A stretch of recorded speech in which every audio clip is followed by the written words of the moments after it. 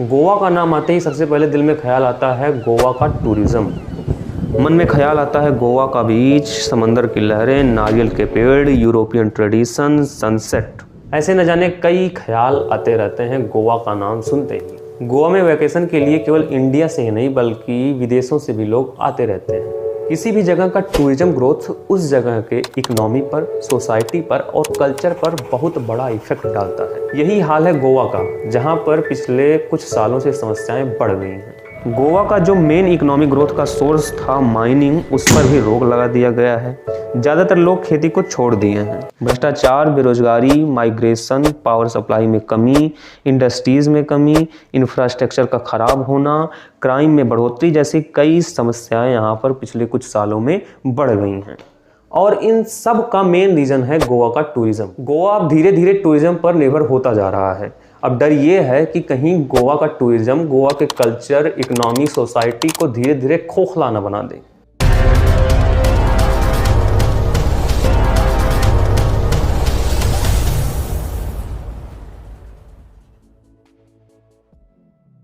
नमस्कार, मैं हूं सर्वेश्वर पांडे और आज जानेंगे गोवा के रियलिटी को नहीं बल्कि उसके भयावह रियलिटी को जो टूरिज्म के पर्दे के पीछे छिपा हुआ है। किसी भी देश या राज्य को समझने के लिए पहले उसके इतिहास को समझना होता है, तो गोवा को समझने के लिए पहले उसके इतिहास को समझते हैं। 1510 ईस्वी में पुर्तगालियों ने गोवा पर कब्जा कर लिया और 450 साल तक वहां पर राज किया। 1947 में जब भारत आज़ाद हुआ तब गोवा आज़ाद नहीं हुआ था, तब भी गोवा पुर्तगालियों के अधीन था। फिर 1961 में पंडित जवाहरलाल नेहरू ने इंडियन आर्मी को भेज के गोवा को पुर्तगालियों से आज़ाद कराया। लेकिन उसके बाद भी गोवा भारत का राज्य नहीं बन पाया था। उसे दमन और दीव के साथ मर्ज करके केंद्र शासित प्रदेश बना दिया गया था। फिर मई 1987 ईस्वी को गोवा को एक अलग राज्य का दर्जा मिला। गोवा 1987 में तो अलग राज्य बना, लेकिन 1961 से ही वहाँ के लोग गोवा के इकोनॉमी और सोसाइटी को बढ़ाने के लिए काम करना शुरू कर दिए थे। गोवा के लोगों ने गोवा का बड़ी अच्छी तरह से इस्तेमाल किया है। वहाँ की चीज़ों का, गोवा के सनसेट, गोवा के समंदर, गोवा के बीच, ये सब बहुत ही खूबसूरत है। इसीलिए गोवा के लोगों ने इसे टूरिस्ट हब बनाया।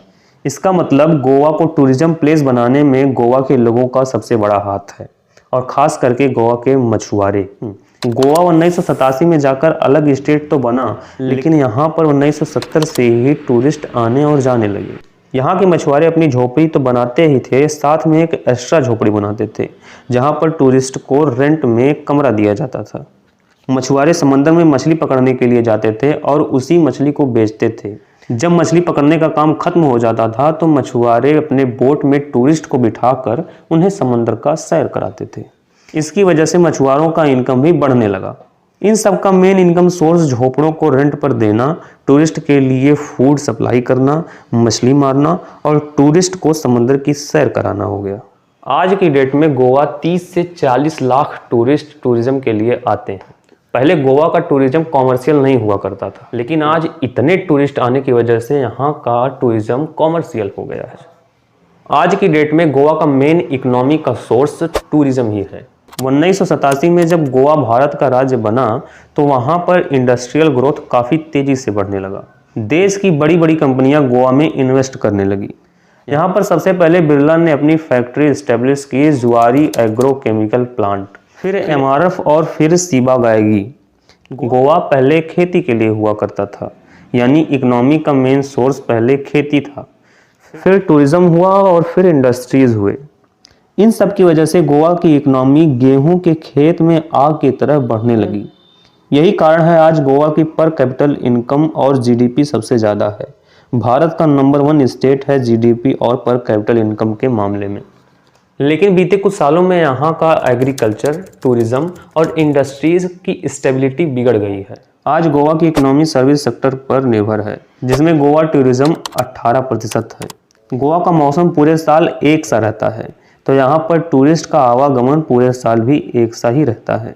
यहाँ पर पूरे साल इंडिया के दूसरे स्टेट और विदेश से भी लोग आते रहते हैं। इसके वजह से गोवा का प्रॉफिट तो हो ही रहा है, लेकिन इस प्रॉफिट के चक्कर में समस्याएं बढ़ गई हैं, जैसे इकोसिस्टम डैमेज, ह्यूमन ट्रैफिकिंग मतलब मानव तस्करी, आइडेंटिटी लॉस, ज़्यादा नशे वाली चीज़ों का सेवन करना, हैबिटेट लॉस मतलब पेड़ पौधों, पक्षियों, जानवरों का विलुप्त होना। ये होता कब है? जब वातावरण उस पेड़ पौधे, पक्षी, जानवर के रहने लायक बचे ही ना। हेरिटेज डिस्ट्रक्शन मतलब विरासतीय नुकसान। ऐसे न जाने कितने नुकसान हैं जो गोवा के टूरिज्म के प्रॉफिट के चक्कर में होता रहा है और हो भी रहा है। गोवा प्रॉफिट को बढ़ाने के चक्कर में पर्यावरण का दोहन हद से ज़्यादा कर रहा है। गोवा की ज़मीनों की कीमत हद से ज़्यादा बढ़ गई है।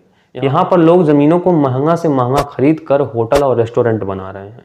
सेकेंड होम के लिए ज़्यादातर लोगों का प्रेफरेंस गोवा ही रहता है। गोवा के इसी रेगुलेटिंग सिस्टम के बिगड़ने से गोवा का नुकसान काफ़ी ज़्यादा हो सकता है। पर्यावरण के हद से ज़्यादा दोहन की वजह से क्लाइमेट चेंज का प्रभाव भी बढ़ गया है और गोवा की 85% जनसंख्या क्लाइमेट चेंज के इफेक्ट से जूझ रही है। क्लाइमेट चेंज की वजह से यहाँ का जलस्तर बढ़ गया है, जिससे यहाँ पर बाढ़ आने की संभावनाएं भी बढ़ गई हैं। लेकिन फ़र्क किसी को नहीं पड़ने वाला है। न तो वहाँ के अनरेगुलेटिंग टूरिज्म पर कोई रोक लगा रहा है और ना ही वहाँ के फालतू के डेवलपमेंट पर। फिर आ जाती है गोवा की दूसरी सबसे बड़ी समस्या, वहाँ का बढ़ता हुआ क्राइम। 2020 में क्राइम 17.1% बढ़ा है। साथ ही रेप और किडनैपिंग का भी मामला बढ़ा है। साउथ गोवा में 2022 में 34 रेप केस रिकॉर्ड किए गए हैं। लोगों का गायब हो जाना और मर्डर में तेजी से बढ़ोतरी हुई है। ये कॉमन चीज़ें हो गई हैं गोवा में। पिछले 12 सालों में 245 टूरिस्ट का डेथ हुआ है गोवा में, जिसमें से फॉरेन टूरिस्ट की संख्या अधिक है। National crime record bureau NCRP के 2021 की रिपोर्ट के हिसाब से ह्यूमन ट्रैफिकिंग के मामले में गोवा पर लाख पॉपुलेशन के मामले में नंबर 1 पर है। ड्रग्स की बिक्री भी बहुत तेजी से बढ़ी है। साल 2022 में साल 2021 के मुकाबले 65% से ज़्यादा ड्रग्स का लेन देन हुआ है गोवा में। और पुलिस ने भी 2022 में 2021 के मुकाबले 65% ड्रग्स को पकड़ा है। मतलब ये सोच के देखे कि जो 65% ड्रग्स पुलिस द्वारा पकड़ा गया है, अगर यह भी वो मार्केट में आ जाता तो फिर गोवा के मार्केट का हाल क्या होता। ऐसे न जाने कई क्राइम हैं जो गोवा के सोशल एनवायरनमेंट को भी बर्बाद कर रहे हैं। टूरिज्म के बढ़ने से गोवा का एग्रीकल्चर सेक्टर और इंडस्ट्रियल सेक्टर का डाउनफॉल बहुत तेजी से हुआ है, जिससे इकोनॉमी डामाडोल हो गई है। गोवा की GDP में 15% सहयोग माइनिंग इंडस्ट्री का रहा है। लेकिन 2018 में सुप्रीम कोर्ट ने पर्यावरण की सुरक्षा के लिए गोवा की माइनिंग पर रोक लगा दी। माइनिंग बंद होने से 3 लाख परिवार पर इसका प्रभाव पड़ा है और माइनिंग के आसपास रहने वाले परिवारों के इनकम में 30 से 50% की कमी आई है। ये IIT धनबाद के रिसर्च में बताया गया है।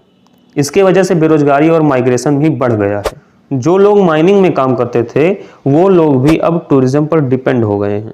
तो माइनिंग से जो GDP में 15% की बढ़ोतरी होती थी, उसका भार भी अब टूरिज्म पर आ गया है और 3 लाख परिवार का इनकम भी। गोवा में खेती का काम भी तेजी से गिरा है। जब देश आज़ाद हुआ था तो 70% पॉपुलेशन खेती करती थी और आज केवल 35% पॉपुलेशन ही खेती करती है।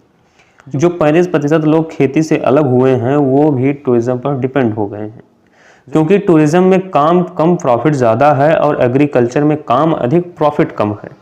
आज गोवा पूरी तरह से टूरिज्म पर डिपेंड हो गया है। गोवा का इकोनॉमिक ग्रोथ तेजी से इसी वजह से आगे बढ़ा था क्योंकि टूरिज्म के साथ साथ एग्रीकल्चर और इंडस्ट्रीज सेक्टर को भी बढ़ावा दिया गया था। लेकिन गोवा पूरी तरह से अब टूरिज्म पर डिपेंड है। टूरिज्म पर बढ़ते डिपेंडेंसी की वजह से फ्यूचर में गोवा का इकोनॉमिकल ग्रोथ और सोशल ग्रोथ धराशायी हो सकता है, खोखला हो सकता है। इसके लिए गोवा गवर्नमेंट को बेहतर से बेहतर कदम उठाने होंगे। तब तक के लिए बहुत बहुत धन्यवाद आपका।